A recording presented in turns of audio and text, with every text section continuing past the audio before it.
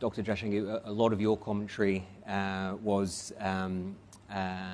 focused on democracy and furthering democracy and different forms of democracy. There are occasional comments that we see on the undermining of democracy in India, most recently in the context of the BBC, and just yesterday at the Munich Security Conference, George Soros spoke on many issues, but specifically on open and closed societies, and called on institutional reform in India. How do you, as Foreign Minister of India, explain this when you're dealing with your Quad ministers in particular, as well as others? Well, look, I actually made 2 points. One, how the world is changing. It is rebalancing. It is less Euro-Atlantic. I don't think everybody gets that.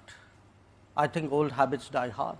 I mean, very candidly, there are still people in the world who believe that their definition, their preferences, their views must override everything else. So, since you mentioned this specific example, I don't know how familiar people are with what was said at the Munich conference. Essentially, Mr. Soros said India is a democratic country, but he doesn't think the Prime Minister of India is a Democrat. By the way, a few years ago, in the same conference, I was there at that time, he actually accused us of planning to strip millions of Muslims of their citizenship, which of course didn't happen. It was a ridiculous suggestion. But you have to understand what this actually means. I could take a view that the individual in question, Mr. Soros, is a old, rich, opinionated person sitting in New York who still thinks that his views should determine how the entire world works. Now, if I could only stop at old, rich and opinionated, I would put it away. But he is old, rich, opinionated and dangerous, because what happens is when such people and such views and such organizations, they actually invest resources in shaping narratives. I spoke about globalization. Now, what globalization does is it actually creates a lot of the seamlessness of globalization, which creates all the opportunities, also allows narratives to be shaped, money to come in, foundations to go about their agenda. Now, in this particular case, I mean, it is very clear that he has very strong political preferences. He actually thinks that, I mean, doesn't matter that this is a country of 1.4 billion people, we are almost there, whose voters decide how the country should run.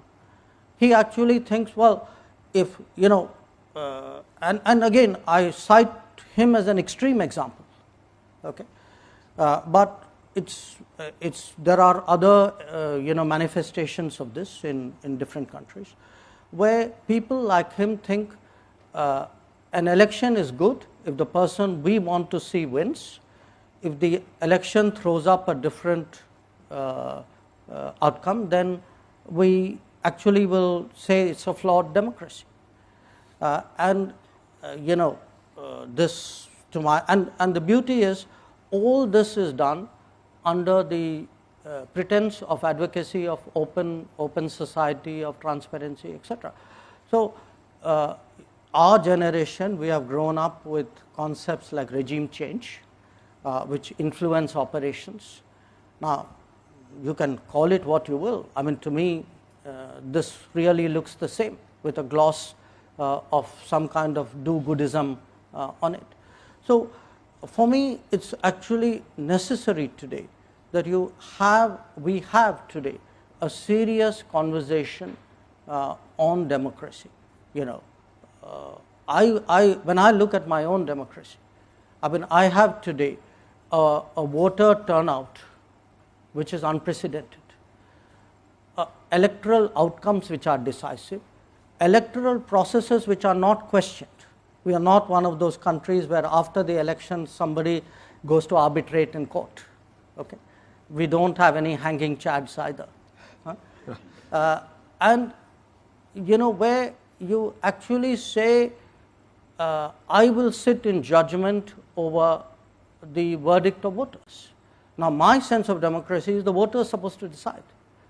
And it worries us because, look, we are a country which went through colonialism.